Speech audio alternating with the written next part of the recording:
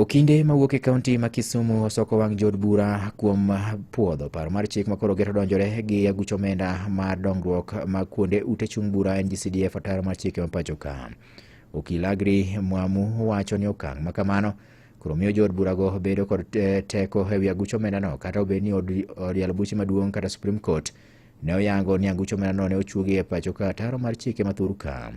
Bende wacho ni gin kod geno ni od bura mar Senate dhi kwedo paro mar chikno poni koro biro pedhe nyim od burano, ka bende wacho ni jod bura onge kod ting' moro amora ma gin godo mar tayo aguch omenda mar dongruok mar kuonde chung' ute bura kata NGCDF.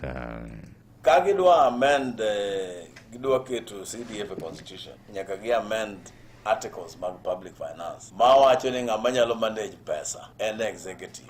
To gimbe be king'iyo gine king'iyo teko ma katiba miyo member of parliament en gin adek: legislation, oversight and representation. Onge kama palo gino wacho kama katiba wacho ni gimbe onego bed ni gi manage pesa onge.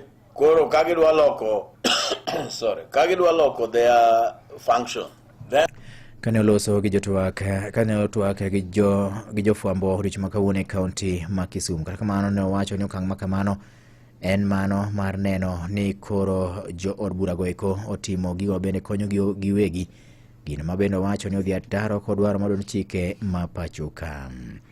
Magi timore ka bende